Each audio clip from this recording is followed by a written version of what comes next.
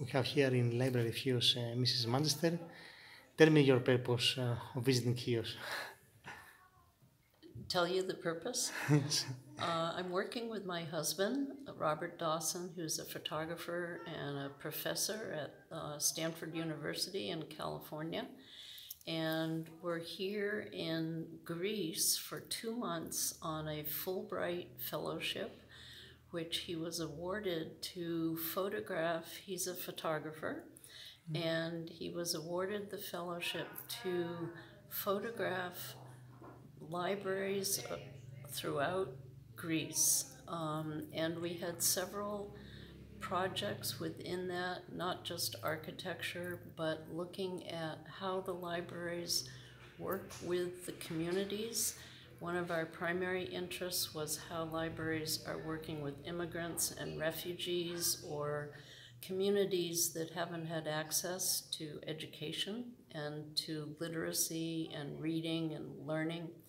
So we found that a lot of the public libraries in Greece actually have not been able to do a lot of work with the refugees.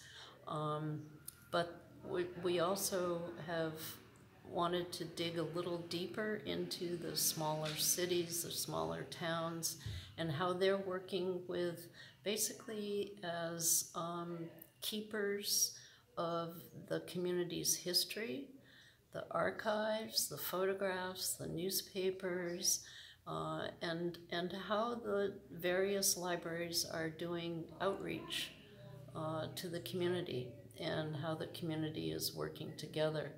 So we've been to northern Greece. We spent last week on the Peloponnese traveling around, and we've been to Corfu, and Veria and Kozani, Xanthi. Xanthi was interesting, and we went there because it has what's called an American space, and these are United States State Department programs where they help local libraries with media labs, tech labs, getting young people into libraries and learning about how libraries are a great source of information and support for people looking for jobs, looking to go to college, all those kinds of things. So that's why we went basically to Xanthi.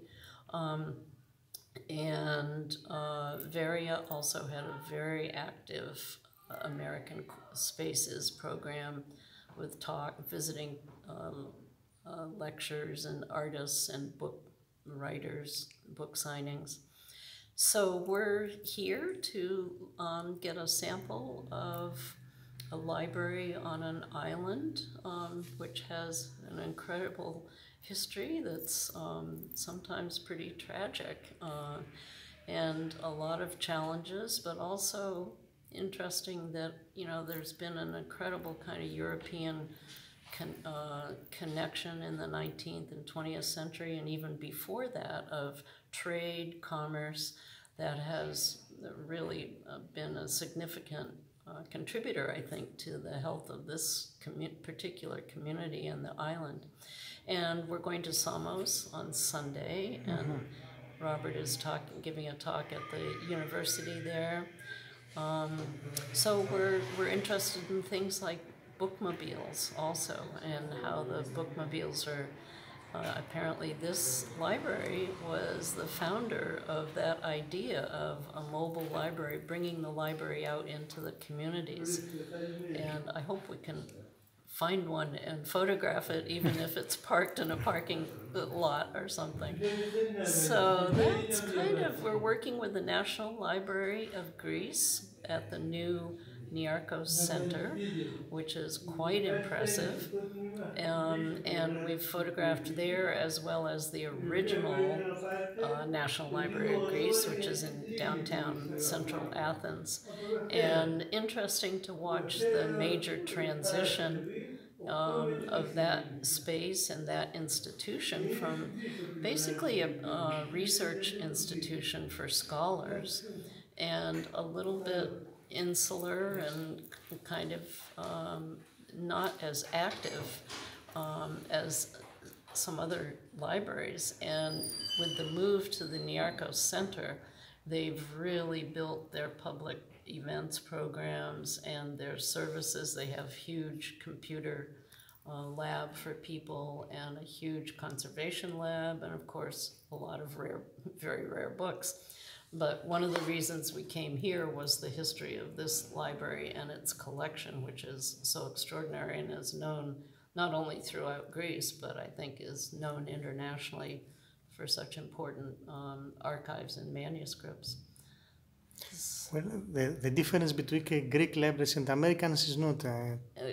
between Greek libraries and American libraries? Yes. It's on the same level. One of our first impressions was that American libraries are all supported by a tax from the local people. So every community taxes itself, and that's been the history since early 1800s. So that's a little different, and I think the libraries have always served as community centers. That we all grew up in a tradition of going to the library with our mother. Everyone you meet in the United States.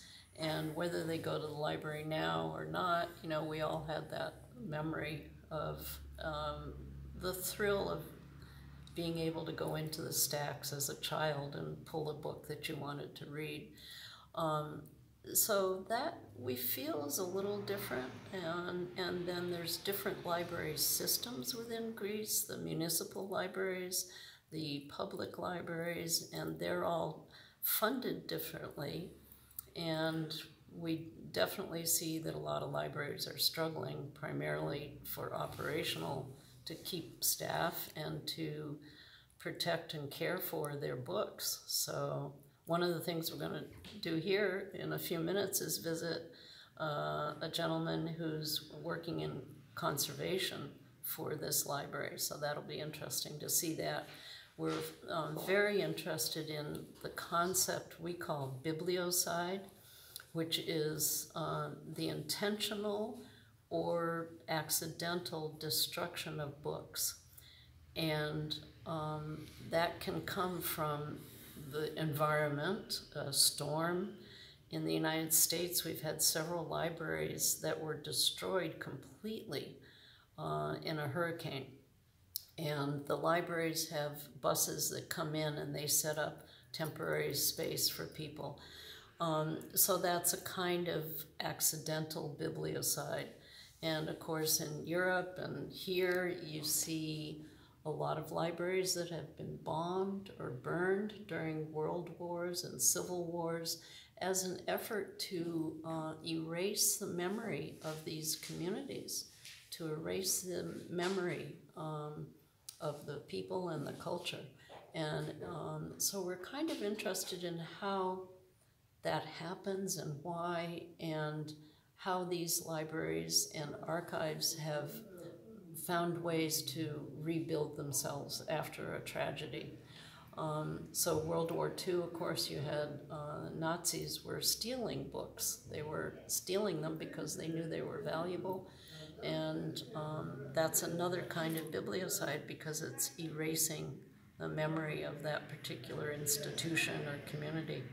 So it's a broad sweep, I would say, of traveling around Greece, looking at all the different kinds of libraries, and eventually we will be going to Italy for 2 months and then to Israel for 2 months.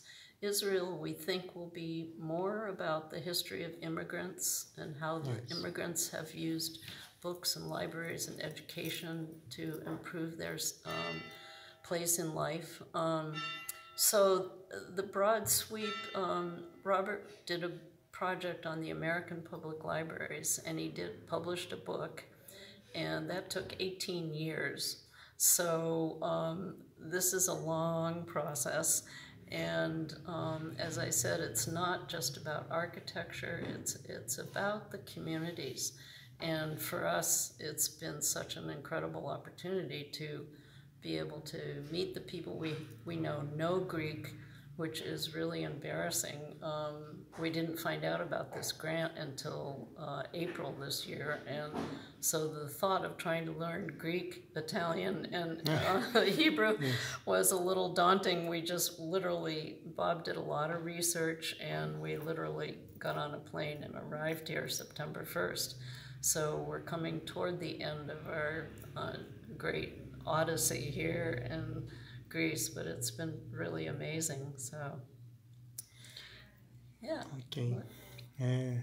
Thank you very much for this discuss, and continue your project all over the Greece.